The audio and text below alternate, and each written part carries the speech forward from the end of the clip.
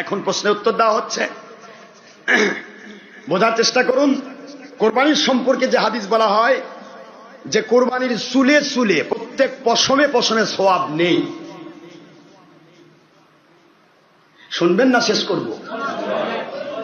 যাচ্ছে যেহেতু পুরা ফিনিশিংটা দিয়ে দেয়, প্রশ্নগুলো তুললাম যখন বলবো ইনশাল্লাহ। তো বলি একটু, তো কোরবানির পশমে পশমে সওয়াব আছে কি নাই, এটা গত বছর আমি পরিষ্কার আপনাদের মুখস্থ বলেছিলাম। মিশকাতের হাদিস, আবু দাউদের হাদিস, নাসাইর হাদিস, আমি কিতাব খুলে দেখাইছি আপনাদেরকে। এখন মুখস্থ বলা হয়েছে, কিতাব খুলেও দেখানো হয়েছে, কিন্তু তারপরে ওই বাতিল ফেরকা ওয়াজ করে, ওয়াজের মধ্যে বলে যে ওই হাদিস সহি নয়, ওই হাদিস এটা।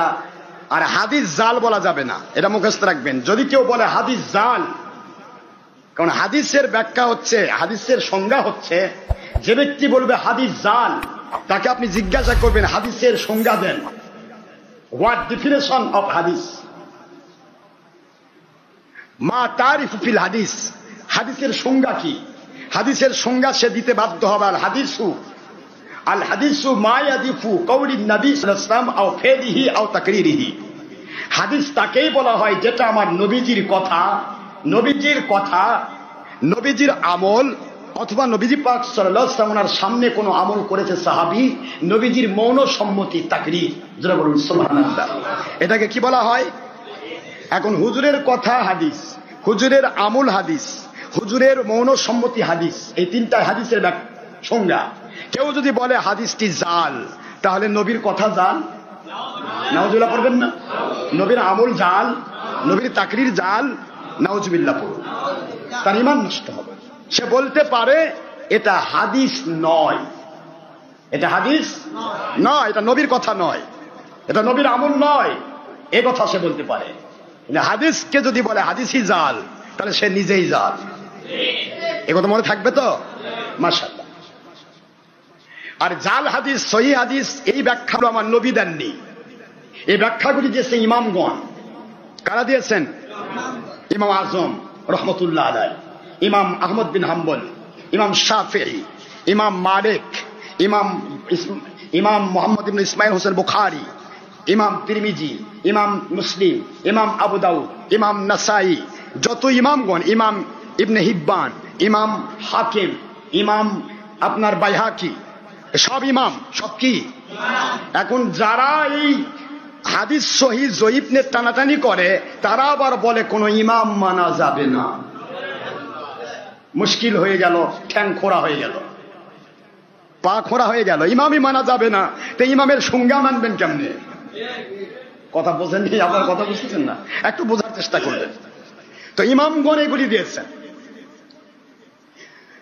হাদিস জাল বলা যাবে না, বলতে হবে এই কথাটি বানোয়াট, এ কথাটি হাদিস নয়, যদি সেটা নবীজির কথা না হয়।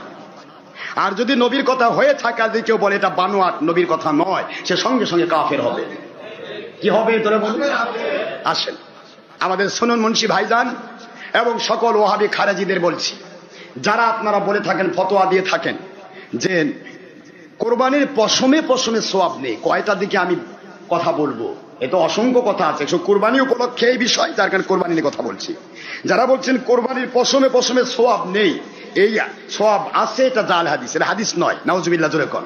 আমি তাদের খেদমতে আরজ করব, আপনারা কিতাব খুলবেন, স্পষ্ট কিতাব ইবনে মাজা, সে আছে তার মধ্যে হাদিস ইবনে মাজা শরীফ, তারপরে আহমদ মুসনাদে ইবনে আহমদ বিন হাম্বল, তারপরে আপনার মিশকাত শরীফের 129 পৃষ্ঠা হাদিস খুলে আপনারা দেখবেন, তারপরে বলবে এটা হাদিস নয়। কি কথা কি বোঝা গেছে?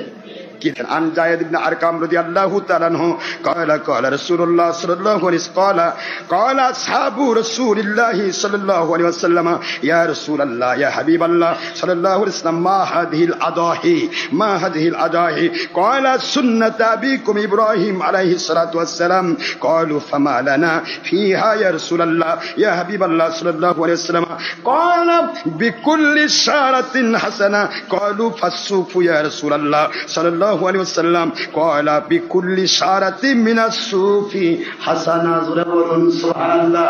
রাহু মুহাম্মদ ইবনে হাম্বল রাহু মুস্তাদরিক হাকিম সুনাদ দারমি দারেকুতনি মুসনাদে আহমদ বিন হাম্বল মিশকাত শরীফ মিরকাত শরীফ আসাতুল উমাত ইবনে মাজাহ। সুবহানাল্লাহ। জোরে বলুন। যায়েদ ইবনে আরকাম রাদিয়াল্লাহু তাআলা আনহু জলিল কদর সাহাবী রাদিয়াল্লাহু আনহু বর্ণনা করছেন, ক্বালা তিনি বলেন, ক্বালা আসহাবু রাসূলিল্লাহ সাল্লাল্লাহু আলাইহি ওয়াসাল্লাম, আল্লাহর বন্ধু হুজুর পাক সাল্লাল্লাহু আলাইহি ওয়াসাল্লাম ওনার সাহাবায়ে কেরামগণ জিজ্ঞাসা করলেন আল্লাহর বন্ধুকে লক্ষ্য করে, ইয়া রাসূলুল্লাহ সাল্লাল্লাহু আলাইহি ওয়াসাল্লাম, ও আল্লাহর বন্ধু, আয় আল্লাহর রাসূল, মা হাযিহিল আদাহি, এই কুরবানিটা কি জিনিস, কুরবানি কি জিনিস জানতে চাই। ক্বালা রাসূলুল্লাহ সাল্লাল্লাহু আলাইহি ওয়াসাল্লাম সুন্নাত আবিকুম ইব্রাহিম। আমার সাহাবায়ে কেরাম রাদিয়াল্লাহু তাআলা আনহুম, এই কুরবানি হচ্ছে তোমাদের পিতা ইব্রাহিম আলাইহিস সালাতু ওয়াস সালামের সুন্নাত, আর ইব্রাহিম আলাইহিস সালামের পক্ষ থেকে যেটা হয়েছে সেটা তোমার পিতার পক্ষ থেকে সুন্নাত, আর তোমার নবী যেহেতু পালন করে এই জন্য তোমাদের উপরে ওয়াজিব। ইব্রাহিম আলাইহিস সালামের কোন আমল আমাদের ওয়াজিব হবে না, অন্য কোন নবীর আমল আমার জন্য ওয়াজিব হবে না, আমার আখিরি নবী আমল করলে সেটা ওয়াজিব হয়ে যায়। আমি আপনাদেরকে কষ্ট দিচ্ছি, বোঝার চেষ্টা করুন। আল্লাহর বন্ধু বললেন তোমাদের আব্বা ইব্রাহিম আলাইহিস সালামের সুন্নাত। যারা বলেন নিজের বাপ ছাড়া অন্য কাকো বাপ বললে মাও তালাক হয়ে যায়, তাহলে এখানে আবি কুম তোমাদের আব্বা ইব্রাহিম। সহি হাদিসের ইবারতে ইব্রাহিমকে আব্বা বলা হলো, বাতিল ফেরকাকে তাদের চাবুক তাদের মাথায় মেরে দিলাম। মুসলমান সোনার ভাইরা বোঝার চেষ্টা করবেন, জন্মদাতা আব্বা একজনই হয়, কিন্তু রুহানি পিতা আপনার পিতা থেকে শুরু করে আদম আলাইহিস সালাম পর্যন্ত সকলেই পিতা। আল্লাহু আকবার বলেন। সেই হাদিস দিয়ে প্রমাণিত হয়েছে। তারপরে বাতিল ফেরকার মুন্সিরা অনেকে বলে থাকবেন পীরকে যদি কেউ বাবা হয় তাহলে মাও তালাক হয়ে যাবে। ওই দিকে যাচ্ছি না, হাদিস বলছি, কষ্ট হচ্ছে নাকি আপনাদের?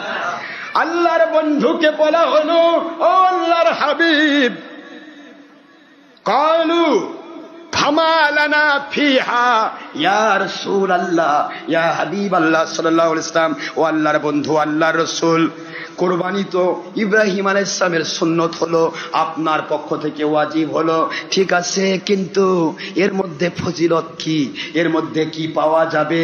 ফামা লানা ফিহা ইয়া রাসূলুল্লাহ, ও আল্লাহর বন্ধু, আল্লাহর রাসূল, এর ভিতরে আমাদের কি মর্যাদা আছে, কি পাওনা আছে? আল্লাহর হাবিব বললেন, লিকুল্লি শাহরাতিন হাসানা। লিকুল্লি মানে সব, শাহরাতিন মানে পশম, হাসানা মানে সওয়াব। যারা বলছেন শুনুন, মুন্সি বলেছে কুরবানির পশমের সাথে কুরবানির কোনো সম্পর্ক নাই, কুরবানির পশমের সোয়াব আছে, জাল হাদিস সই হাদিস নয়। তার পায়ে হাত দিয়ে বলবো, ওই গ্রুপের যারা এটাকে স্বীকার করেন তাকে নিয়ে নাচেন, তাদের খেদমতে বলবো, আল্লাহর বন্ধুর তিরমিজির হাদিস, ইবনে মাজার হাদিস, সিয়াসাত্তার হাদিস, মিশকাতের হাদিস, বাইহাকির হাদিস সব অস্বীকার করলো আপনার শুনুন মুন্সি সহ আপনার মুন্সিরা, আর তাদেরকে মেনে নিয়ে আপনিও কয় নম্বর মুসলমান? নবীর হাদিস অস্বীকার করলে ঈমান থাকে? থাক, হাদিস অস্বীকার করেও তারা ঈমানদার, আর আমরা হাদিস মেনে নিয়ে ঈমানদার হতে চাই। আল্লাহর বন্ধু বললেন, লিকুল্লি মানে সব, শারাতিন মানে পশম, হাসানাত মানে কি? সওয়াব। সুবহানাল্লাহ পড়বেন না? প্রত্যেক পশমে সওয়াব আছে। আর আমার আল্লাহ বললেন, মান জাআ বিল হাসানাতি ফালাহু আশরু আমসালিহা।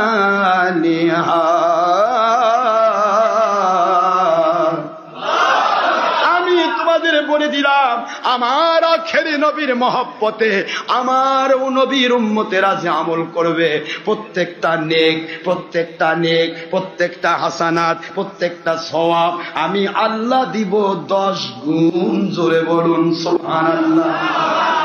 কয় গুণ? আশরু আমসালিহা, কোরআন দিয়ে বললাম। এখন হাদিস দিয়ে পাওয়া গেল প্রত্যেক পশমে পশমে একটা সোয়াব, আর আল্লাহর কোরআন দিয়ে পাওয়া গেল প্রত্যেকটা সোয়াব 10 গুণ। সাহাবায়ে কেরাম খুব বুদ্ধিমান ছিলেন, অত্যন্ত বুদ্ধিমান ছিলেন, অত্যন্ত সহজ সরল ছিলেন, কিন্তু খুব বুদ্ধিমান ছিলেন। আল্লাহ তাদের ব্রেন দিয়েছিলেন, আল্লাহ তাদের বুদ্ধি দিয়েছিলেন। যা আমার নবীর মুখে শুনতেন হুবহু মুখস্থ করে ফেলতেন। হুজুর তো 5 বার 6 বার 10 বার বলতেন না, হুজুর প্রত্যেকটা কথা 3 বার বলতেন। কয়বার? 3 বার। কারণ যিনি হবেন সঠিক রাবি বর্ণাকারী 3 বারেই যথেষ্ট মুখস্থ হওয়ার, আর এরপরে যার মুখস্থ থাকবে না তার হাদিস বর্ণনা করার দরকার নেই। জোরে বলুন সুবহানাল্লাহ। হুজুর প্রত্যেকটা কথা কয়বার বলতেন? 3 বার বলতেন। আর এই 3 বার বলার কারণেই কোরআন শরীফে 6666 আয়াত আমার নবী সাহাবীগণ মুখস্থ করে ফেলেছেন। হুজুরের লক্ষ লক্ষ হাদিস সাহাবায়ে কেরাম মুখস্থ করে ফেলেছেন। সুবহানাল্লাহ। যাই হোক, হুজুর বলতেন 3 বার। কয়বার? 3 বার। সাহাবায়ে মুখস্থ রেখে অত্যন্ত বুদ্ধিমান ছিলেন। সময় নেই, শুক্রবার দিন তো হয় না। আমি আপনাদের বলছিলাম যে সাহাবায়ে কেরাম রাদিয়াল্লাহু তাআলা আনহুম তিনারা বুদ্ধিমান ছিলেন। তারা বললেন কলু, তারা বললেন হুজুর প্রত্যেক পশমে সোয়াব, তাহলে দুম্বা আর সুপ শব্দটা ব্যবহার হয় আরবিতে দুম্বা এবং ভেড়ার নামে। ইংলিশে শিপ, ইংলিশে কি? বাংলার আরবিতে সুপ, আর বাংলায় বলা হয় ভেড়া অথবা দুম্বা। হুজুরকে বলা হলো ইয়া রাসূলুল্লাহ ফাসুফু ইয়া রাসূলুল্লাহ সাল্লাল্লাহু আলাইহি ওয়াসাল্লাম, আয় আল্লাহর নবী, আল্লাহর রাসূল, ফাসুফ ভেড়া বা দুম্বা এদের পশমগুলি অত্যন্ত মোলায়েম। বকরির পশম তো মোটা, গরুর পশম মোটা, তাই যদি একটা গরু কোরবানি করা হয় তার কতগুলা পশম ভাইজান? একটা ছাগল যদি কুরবানি করে কতগুলি পশম? কে সাহাবায়ে কেরাম তো খালি ফজিলত খোঁজেন। হুজুর ভেড়া আর দুম্বার পশম তো সিস্টেমের বাইরে, এত পশম, মানে পশমের সাথে পশম মিলানো, একবার মিহি। ভেড়া আর দুম্বার পশম দিয়েই যাবতীয় কম্বলগুলি তৈরি করা হয়। কথা কি বুঝতেছেন? এখন এই যে মিহি পশম, যা গণনা তো দূরের কথা, আলাদা করে বিচার করার সুযোগ নাই, এত মিহি। হুজুর এগুলি যদি কেউ কুরবানি করে, আল্লাহর বন্ধু বলেন লিকুল্লি শারাতি মিনাস সুফি হাসানা, কোরবানি যদি দুম্বা অথবা ভেড়াও হয় তবু তার প্রত্যেক পশমের বিনিময়ে সওয়াব। জোরে বলুন সুবহানাল্লাহ। তাহলে আমি হাদিস শরীফ বললাম সহিহ ইবনে মাজাহ, মিশকাত, বাইহাকি শরীফ মিশকাতের 129 পৃষ্ঠার হাদিস। এটা মিশকাত শরীফে 127 পৃষ্ঠায় এসেছে এই হাদিস, 29 পৃষ্ঠায়। তাহলে এই হাদিসকে যদি কেউ অস্বীকার করে, যদি বলে যে কোরবানির পশমের সাথে কোরবানির কোন রকমের সম্পর্ক নাই এবং কোরবানির পশমে পশমে যে সওয়াব পাওয়া যায়, এই কথাটা যে জাল, এ জালেরও কোনো দলিল নাই। তাহলে এই ধরনের মুন্সিদের ইমান কত পাকা না কাঁচা, আর এদের ওয়াজ শুনে যারা পাগলা হয় তারা কত পাকা মুসলমান, একটু নিজেকে জিজ্ঞাসা করবে।